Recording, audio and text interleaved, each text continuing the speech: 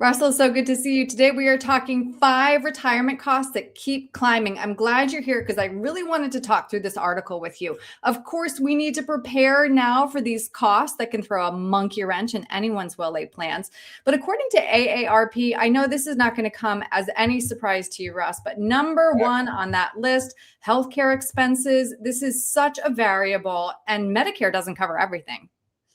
Well, that's for sure, Erin. And one of the big parts of just putting together financial plans and planning for the long term now is, and this kind of covers this whole topic, is planning for higher inflation and unexpected costs. Because we're now seeing inflation readings above 3%. I think inflation may be 4% a year for the next couple years.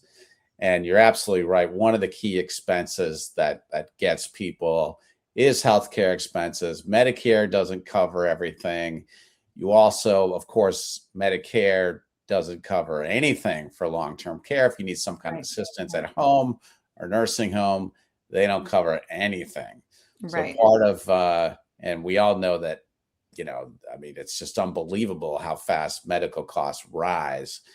And so putting together a plan that really has kind of sort of a backup fund for those kinds of costs is there's some figure, I think you've probably heard, it's like 70% of people will need some kind of long-term care.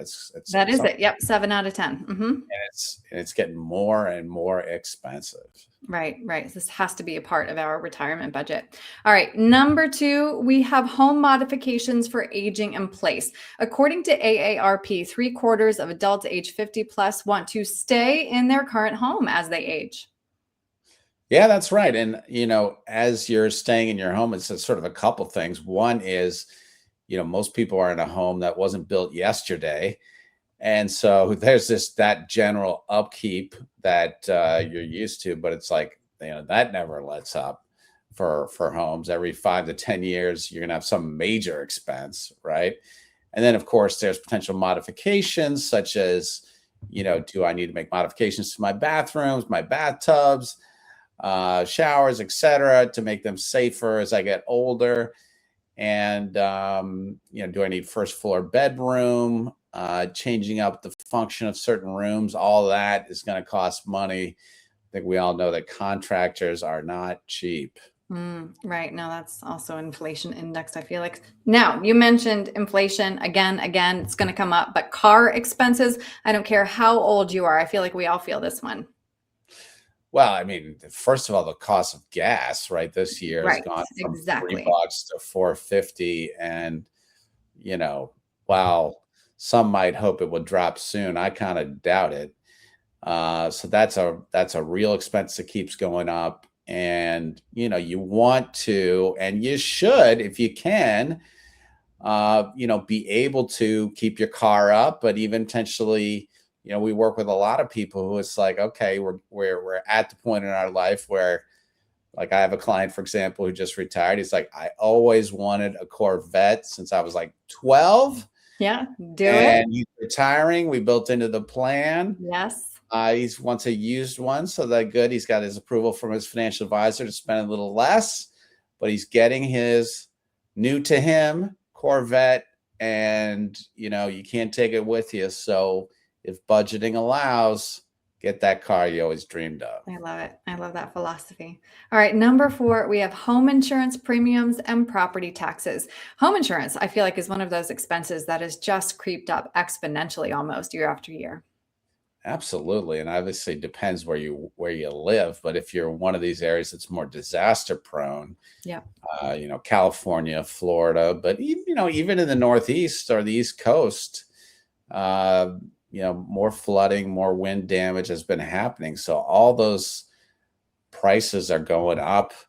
You want to make sure you have the right liability insurance as well. And, allowance has got to be made for expenses. Allowance has got to be made not just for your increasing budget, with inflation, but also these things that are going to rise even faster than the rate of inflation. And as you say, insurance costs are one of those for sure. Right. Well, and as we were talking offline too, even if your mortgage is paid off, these are fixed costs. Right. Absolutely. Yeah. And then last, we have relocation costs for those people who do want to move when they retire. And I don't know about you, Russ, but I've moved many times. I don't think I've moved any time for less than $7,000. Well, I mean, that's, yeah.